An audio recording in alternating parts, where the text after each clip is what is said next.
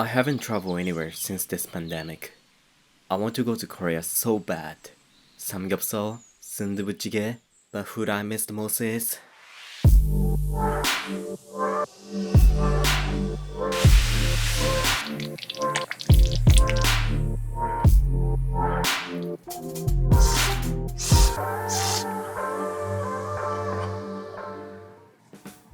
so jjajangmyeon, aka black bean noodle.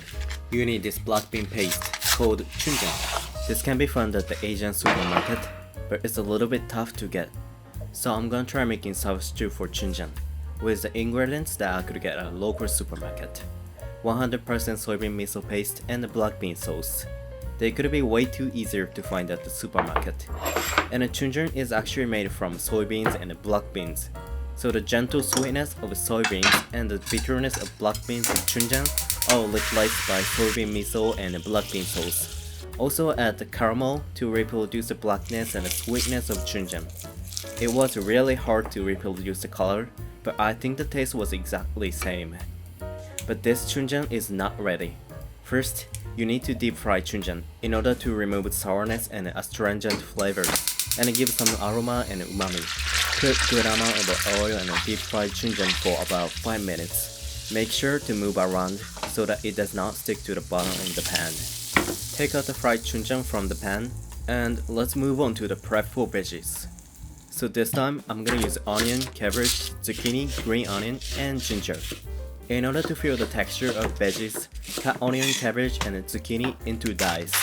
I always thought people in Korea like using zucchini for the food because I see a lot, but it's not actually zucchini.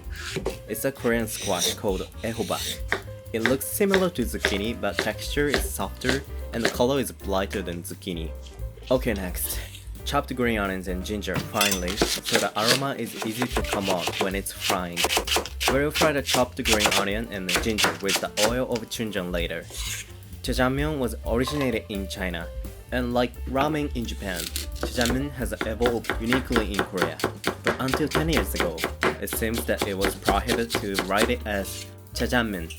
In South Korea, jjajangmyeon was enacted as the correct spell in the rules for foreign words decided by the Korean government in 1986. It's like we're suddenly ordered to change Tokyo to Tokyo, Kyoto to Kyoto.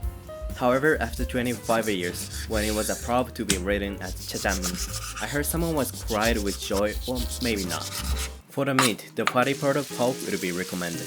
Cut into dice-like vegetables and fry with green onions and ginger until it gets crispy brown. In Korea, there's Black Day on April 14th, which is a day for singles and a day to eat black jjajangmyeon and blow away the sad and black dark-ass feelings. If you don't do Black Day, you might not be able to have a lover for the next year. And you know the day I shoot this video is April 14th. So you're watching the story of a single man in his 20s who has no choice but to make jjajangmyeon. After stir-frying the vegetables, add sugar and the chunjang. When veggies become cooked, add water. After adjusting the taste with oyster sauce and soy sauce, thicken the sauce with potato starch dissolved in water. If the sauce gets this thick, you're almost done. Let's boil the noodles. This time, I use the medium thick noodles. Noodles are delicious both hot and cold.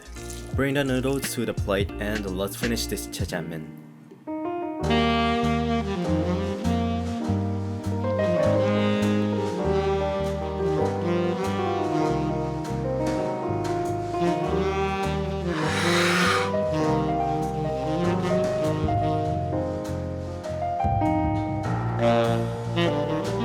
Booze for today is Korean beer called Gyeongbokgung Beer from Cabbage.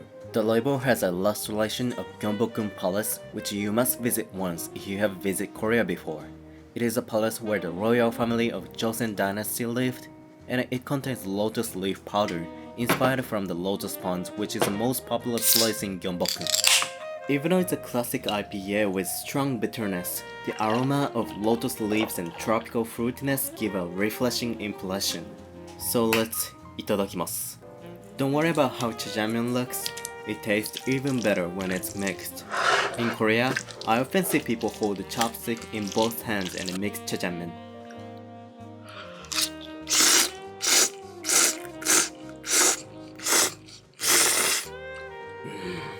This is so good. I feel like I'm in Korea with just one bite. Well, I'd say if there is jjajangmyeon at your place, you're in Korea. There is no way this beer doesn't go well with this jjajangmyeon. The refreshing taste of beer washes away the odor of jjajangmyeon, which reminds me of the beer I drank after getting sweaty from walking to Gyeongbokgung in the hottest summer 3 years ago. I miss that. Pickled radish is must-have item when you eat Korean food. Bring jjajangmyeon into my refreshed mouth again.